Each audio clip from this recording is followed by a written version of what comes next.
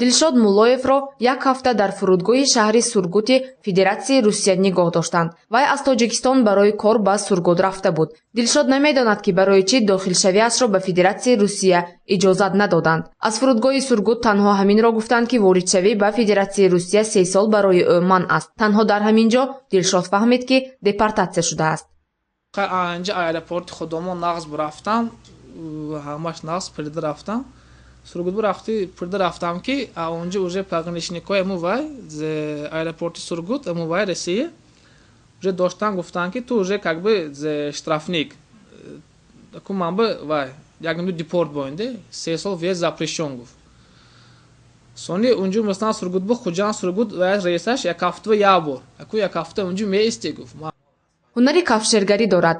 Ин касбро Дилшод давоми таҷрибаи 4 солаи корияш дар муҳоҷирати меҳнатӣ омӯхтааст. Сабаби ихроҷ шуданашро аниқ намедонад, вале тахмин мекунад ки соли 2011 ҳангоми дар муҳоҷират буданаш аз қайди давлатӣ нагузашта давоми 9 моҳ бемушкилӣ дар Русия кор карда буд. Пеш аз ба сафар баромадан намедонист ки барои фаҳмидани он ки ихроҷ шудааст ё не ба куҷо муроҷиат кунад. Модараш Мавлуда мегӯяд ки агар огоҳӣ медоштем беҳуда харҷи зиёд намекардем.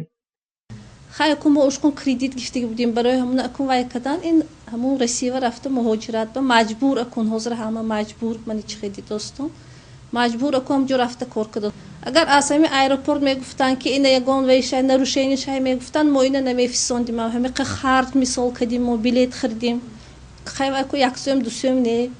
дар ҳамин ҳол ҳуқуқшинос Фурқат Зиёев гуфт ки ҳар нафаре ки ба Федератсияи Русия ворид мешавад ҳамоно ному насаби вай дар баъзаи маълумотҳо дар компютер сабт мешавад. То шаҳрванди хориҷӣ аз Русия берун набарояд номи ӯ дар компютер боқӣ мемонад. муҳоҷирони меҳнатии тоҷикистонӣ бинобар ноогоҳӣ аз қайд намегузаранд ё худ иҷозатнома ба кор намегиранд. дар даруни Россия будагишанда чӣ коре ки накунад аламу фамилия номаш ки дуруни компютер ба омада ҳамун сабт мешад. яъне регистратсия кард накард, разрешение гирифт нагирифт, патент гирифт нагирифт. дуруни Россия ба ё гаштан мегиранд. вақте ки буромада мебураванд компютер сигнал метиҳад фалончи бураф ҳамун фамилия номаш ки гирифта баъд мутахассисон мешинаду анализ мекунанд. ҳамун шаҳрванд дуруни Россия гаштагиш ба оё дуруст гашт ё не, оё ҳамин фаъолияти кориша ба тариқи қонунӣ кард ё не, патенту разрешение работу ҳамин чизое накардагӣ бошад нисбати шаҳрванд қарор қабул мекунад.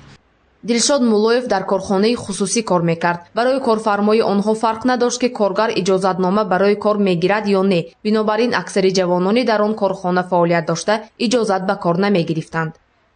яке аз дигар сабаби ихроҷ кардани муҳоҷиронро ҳуқуқшинос Фурқат Зиёев аз шиноснома медонад. бо шиносномаи фарсуда ҳам ба Русия ворид шудан намегузоранд. бо ин ихроҷкунии муҳоҷирони меҳнатӣ нозирони хадамоти муҳоҷирати Федератсияи Русия мехоҳанд раванди муҳоҷирати меҳнатиро ба танзим дароранд.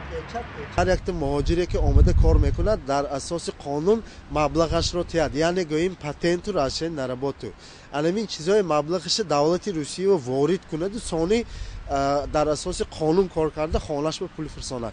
мақсади Россия ҳамин. Дилшод Муллоев мегӯяд ки 2 соли охир ихроҷкунии муҳоҷирони меҳнатӣ дар шаҳри Сургути Федератсияи Русия дар авҷ аст. ӯ ки дар шаҳри мазкур кор мекард аз мушоҳидаҳояш мегӯяд ки сабабгори ин ҳама худи муҳоҷирони меҳнатӣ мебошанд. масалан дар кӯчаҳо бо баробари дидани полис мегурезанд ё худ ҳангоми пурсидани ҳуҷҷат табассум мекунанд ки он табассум нишони тарс ё камбудӣ дар ҳуҷҷат аст. Сургут бу охири вақто вай шуд тоҷико криминалаш мӯл шуд маслан криминалаш мӯл шуд як чанд касе агар хато накунам гар як 10 кас 15 кас маслан ӯрисо жалбу кардик ки вай ҳамсояҳо маслан ӯрисо бусан тоҷикон зигам кардик ҳамсоя кад бихти ӯрисо ҷанг кардагӣ мӯл ҷамъ мекардагӣ худ тоҷико мобайни хоҳаш ҷамъ мекардагӣ маслан квартири боло ин понаш маслан квартири ҳамун вай ӯрус ҳамсоя ҳамун жалбу мекардагӣ ки маслан ҷанг мешавад гуфта михи мӯл шудаги домба сони дузодузӣ мӯл шуд қапа тоҷикон хақиқи мекардагӣ бихлан апуштемон ки хай вай кардагӣ ки маслан тоҷик омосан ресиева ҳо омдам то омдагиш кам ки акун бо акун беспределка дос бихлан гуфтада. ҳуқуқшинос Фурқат Зиёев мегӯяд ки аслан ин рӯҳия аз ватан оғоз шуда вақти бозгашт низ чунин аст. вақте ки мерафтам аз ҳамин сумкапечонӣ сар шуд. сумкаро салафанпеч мекунанд ку аз ҳамин сар шуд. нависта мондагӣ 10 сомон гуфтагӣ вақте ки сумки мана печонда ман 10 сомона метиҳам гуфтам ман ба чек метитом мегуфтам не гуфтам барои чӣ дар Русия гуҷош ба наравӣ чӣ коре ки накунӣ чек метиҳад барои он ки ҳамаи маблағи ҷамъмешудагӣ давлат ба медарод анимо ман намедонам ман гуфтанӣ нестам ки давлат ба намедарод лекин чек наметиҳанд вақте ки сарҳада гузаштосим худи сарҳадчиён ин ман шумо бо гуфтанӣ ҳастам ки давлати моя муҳофиза мекардагӣ сарҳадчиён ва ё бояд шаъну шарафи давлати моя бардоранд аз муҳоҷирон ман худам аз ман шахсан пул талаб карданд ман оиди ин чиз омада мисол ариза кардам ҷавоби аризама гирифтам сарҳадчиёнро барои ин ҷавобгарӣ кашиданд ман гуфтанӣ ҳастам ки ман вақте ки гуфтам барои чӣ пул ва ё гуфтанд ки барои печате ки паспорту мезанам барои мӯҳр ман гуфтам чек метид мегӯям мага не гуфтам ҳамин корошон нодуруст